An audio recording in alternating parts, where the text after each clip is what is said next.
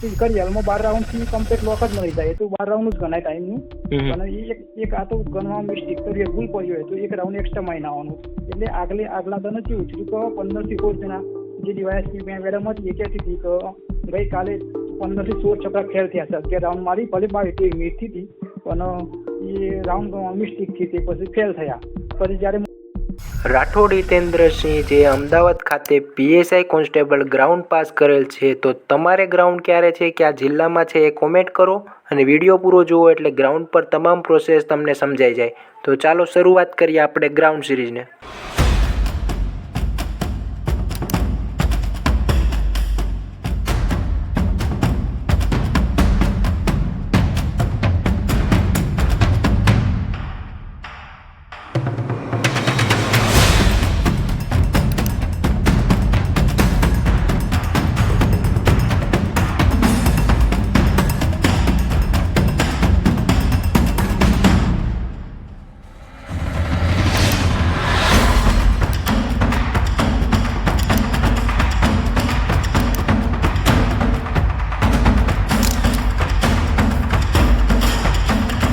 વિદ્યાર્થીઓને કહેશો કે કેવી રીતે તમે ક્યાં તમારા જિલ્લામાં ગ્રાઉન્ડ હતું અને સ્ટાર્ટિંગ થી એન્ડ પોઈન્ટ સુધી તમારો કેવો અનુભવ હતો એ શેર કરો.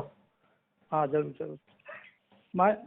વતની મતનગરથી 20 કિલોમીટરની અંદર છું પણ મારે ગ્રાઉન્ડ હતું અમદાવાદ હતું કૃષ્ણનગર જે સેજપુર બોગા કહેવાય છે ને ત્યાં. તે તારીખ હતી 10 જાન્યુઆરી ત્રીજો દિવસ હતો અને અમે ઘરેથી લગભગ 1 વાગે નીકળી ગયા હતા ઇકો લઈને. ત્યાં 3:15 પહોંચી ગયા હતા નવડા પાટિયાની નજીક જ ગ્રાઉન્ડ. તે બીજા કોઈ જિલ્લાવાળા હોય સ્ટુડન્ટ તો નવડા પાટિયાથી ઉતરી જવાનું જો બસમાં જતા હોય ને તો એથી 1 કિલોમીટર નથી એસઆર ગ્રાઉન્ડ ઉપર જ રોડ ઉપર જ અમે 3:15 પહોંચ્યા રહ્યા. ત્યાં સંખ્યા લગભગ 10-20 જેવા આવેલા હતા અમારા હંગાથી. પછી અમે બાજુમાં કૃષ્ણનગર એક એસટી ડેપો છે બસ ડેપો ત્યાં સ્ટુડન્ટ આરામ કરવા પણ ત્યાં બોકડા ઉપર બેઠેલા હતા અમુક નાઇટના આવેલા સ્ટાફવાળા. ગેટ આગળ તો કોઈ સ્ટુડન્ટની બહુ તોરો નથી થવા દેતા. પછી અમે 4 વાગ્યા ને એટલે અંદર બોલાવી દીધા બધાનું જેટલા આવેલા હતા ને સંખ્યા લગભગ 100 જેવી આવેલી હતી. પછી અમને પેલા તો એક પીઆઈ હતા અને એક બીજા ગેટ પર આધાર કાર્ડ માંગ્યું અને કોલ લેટર ચેક કર્યું કે તારીખ ખાસ જોવું છે કે આજની તારીખ સેમ 10 તારીખની સેમ. પછી આધાર કાર્ડ મને નામ પૂછ્યું મને અમે નામ આપ્યું ક્યાં ના તો હિંમતનગરનું કીધું. પછી મને કોઈ લઈ ના જવા દીધા પણ બેગ હોય તો બધું મુકાઈ દેતા હતા જાકેટ કઢાઈ લેતા હતા અંદર. તરત જ 4 વાગે અંદર એન્ટર આપી પછી તરત જ સ્ટાફે ફટાફટ મને ચેસ્ટ નંબર પહેરાવી દીધો અને 2 પગે જે ચીપ કરી બોધી દીધી લોક મારી દીધા. પછી કામગીરી ફટાફટ જ હતી. પછી તરત અમને વેરિફિકેશન કર્યું કોલ લેટર માગીને સ્કેન કર્યું અંગૂઠા લીધા પછી અંદર લઈ ગયા. પછી છેલ્લે 2 જગ્યાએ પૂછ્યું કે તમારું વેરિફિકેશન કમ્પ્લીટ થઈ ગયું છે. પછી આગળ ગયા તો મારો નંબર હતો 21મો નંબર હતો 900 હું બધાને પહેલા જ જતો હતો એટલે 921મો નંબર હતો મારા. એટલે મને 21 જણાની લાઈનમાં અલગથી બિહાર દીધા લગભગ 4:15 સુધીમાં. પછી સૂચનાઓમાં એક મળતા હતા 2-3 પીઆઈ મેડમ હતી અને એક ડીવાયએસપી પણ જે મેડમ જ હતી તે બહુ સૂચનાઓ આપતી હતી કમ્પ્લીટ માહિતી કોઈ પ્રોબ્લેમ જ નહોતા. સ્ટાફ બહુ સપોર્ટ કરતો હતો. પછી સ્ટીક બી બધી દીધી પછી 200 જણ સંખ્યા ફટાફટ કરતા હતા પણ એ દિવસ થોડા 2-3 જણા ચીપવાળા નહોતા આવેલા લેટ આવેલા હતા. લેટ આવેલા એટલે થોડી વાર લાગી. જ્યારે 200 જણા થયા ને ત્યારે તરત જ મને તે ફર્સ્ટ રાઉન્ડ બહુ કરી દીધા. પછી સ્ટાફે મને બહુ 10 મિનિટ તો કસરત કરાવી જોશ આપ્યું બધાનું સૂચનાઓ આપી કે આગલા 2 દિવસ 8 અને 9 તારીખમાં 15 થી 16 જણા એવું થયું હતું કે રાઉન્ડ ગણવામાં મિસ્ટેક થઈ કે 12 રાઉન્ડના બદલે 11 રાઉન્ડ કોઈ કંઈ નીકળી ગયા હતા કે આવું ના થાય એ ધ્યાન રાખજો. એટલે એક રાઉન્ડ કાઢી ફેલ થયા હતા 11 થી 15 જણા કહેતા હતા મને તો આગલા દહીં વાંચેલા છે. પછી મેં સૂચનાઓ આપીને પછી બધાને થોડી વાર 10 મિનિટ તો કસરત કરાવી બધાનું રાઉન્ડ ચાલુ થતા પહેલા બધાને કસરત કરાવી. પછી સૂચનાઓ આલી માઇકમાં પછી અમને લાઈનમાં ઊભા કરીને મોટી એક ડિજિટલ વોચ હતી મોટી કરી આલી અમદાવાદ નવડા કૃષ્ણનગર તે ચેન સર લાઈન સર પચાની લાઈન ઊભી કરી દીધી.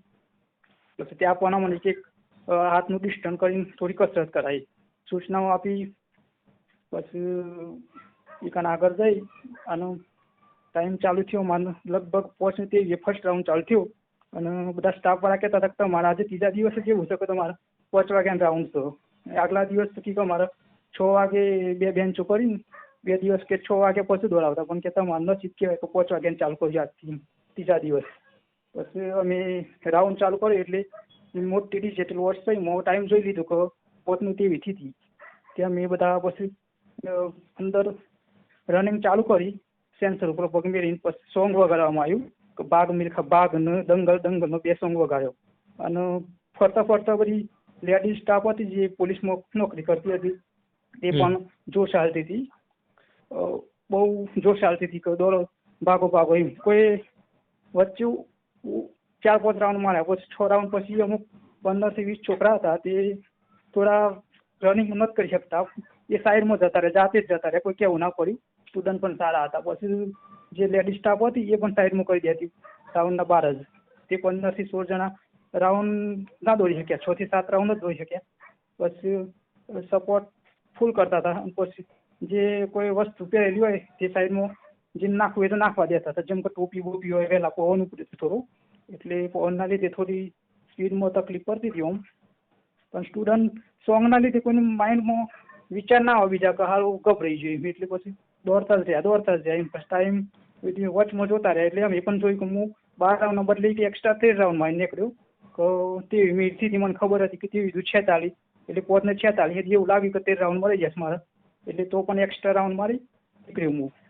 અને એક ખાસ વાત તો એક સૂચનાઓમાં જે લખેલું છે કે ચીપો વધ્યા પછી કોઈને પેશાબ કરવા જવા નહીં દેતા.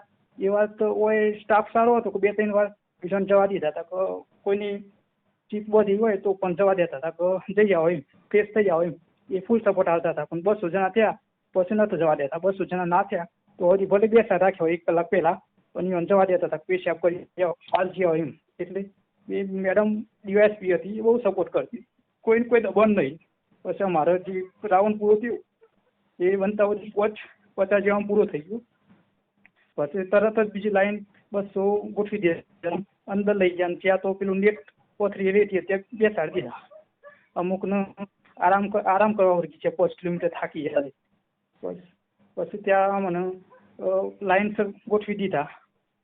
પછી બીજી બેન્ચ વાળાને રનિંગ ચાલુ કરી દીધી. અમને પાસ ને નપાસ બધા ભેગા જ બેહાડી દીધા. લિસ્ટ આવી ગયું પછી રિઝલ્ટનું કે પાસ સ્ટુડન્ટ, તે પાસના નંબર બોલ્યા. ત્યાં મને પાસ જે થયા હોય એને ઊભા કરી પહેલાં તો લાઈન કરાવી લાઈનસર, પછી પાસ નંબરનો પછી સહી કરાવી. મને ટાઈમ હોય જાતે જ કીધું, અમે જોતા હતા ટાઈમ, સહી કરાવતા હતા. પછી કહી દેતા કે તમારે આટલી મિનિટ થઈ જાય. પછી અંદર લઈ ગયા, ફેલવાળાને સહી કરીને ઘેર મોકલ્યા. પછી જ્યારે હાઇટ માપવાની આવી ને તે એના પહેલાં અમારે એક ફોર્મ ભરાવું શીખન. એક આ પેલા નવી સિસ્ટમ છે. ગઈ વખત પાટણમાં એવું નહોતું મારું, ગઈ વખત હું 20માં પૂરું કર્યું પાટણ, પણ આ વખતે ફોર્મ ભરાવું છે. તેમાં આપણે ગ્રાઉન્ડનું નામ લખવાનું હોય, તારીખ લખવાની હોય અને કન્ફર્મેશન નંબર અને સીટ નંબર, રોલ નંબર અને એક ચેસ્ટ નંબર લખાવતા હતા. અને મેલ સિલેક્ટ કરી અને છેલ્લે સાઇન કરવાની હતી. પછી એ ફોર્મ હંગાથી લેટર લઈ જઈ અને હાઇટ માપતા હતા. હાઇટ માપવામાં આ ફેરા એવું કોઈ માપીને બોલી નથી કે આટલી હાઇટથી ઉપર રાખતા, પછી ઉપર કેમેરાથી ફોટા પાડતા કે આટલી હાઇટથી, એ સ્કેન કરીને કોમ્પ્યુટરમાં મોકલતા. એટલે મારા હાઇટમાં તો ફોક્સ પડતો તો હું લાઇટનો તે અંધારામાં બરોબર આવતું નહોતું કેમેરો. તે પછી થોડી વાર મને તો 15 મિનિટ જેવું ઊભું રાખ્યું. પછી કેમેરામાં સ્કેન કરી અને હાઇટ મોકલી. એટલે પછી જ્યાં સ્કેન કમ્પ્લીટ આવી એટલે ફોટો પાડી અને 166.5 જેવી હાઇટથી મારે. એટલે કોઈ ડાયરેક્ટ લખી નહીં દેતા કે 166 થી, એ સ્કેન કરીને મોકલું છું કોમ્પ્યુટરમાં. પછી હાઇટ થઈ ગઈ એટલે પછી ચેસ્ટનું વાળો આવ્યો બીજા નંબરમાં. તો ચેસ્ટમાં મારે નોર્મલ દબાવવા કે ચેસ્ટ દબાવો અંદરની સાઈડ, તે નોર્મલ દબાવીને પછી પટ્ટીથી માપી એટલે 85 થી. પછી જ્યારે એ પટ્ટી લઈ લીધી કે તમારે જેટલી તાકાત હોય એટલી શ્વાસ ભરીને ફૂલાવો એમ. તે પછી મેં ધીરે ધીરે ફૂલાવી એટલે પછી માપી એટલે ડાયરેક્ટ 92 થઈ, એટલે 85 થી 92 થઈ ગઈ. એટલે પછી પાસ કરીને આગળ મોકલી. પછી છેલ્લી બેન્ચ ઉપર અમને ચેસ્ટ નંબર મૂકવાનું કીધું અને ત્યાં બીજો સિક્કો મારવાનું કીધું. એટલે 2 સિક્કા મારાવી છે અમદાવાદ.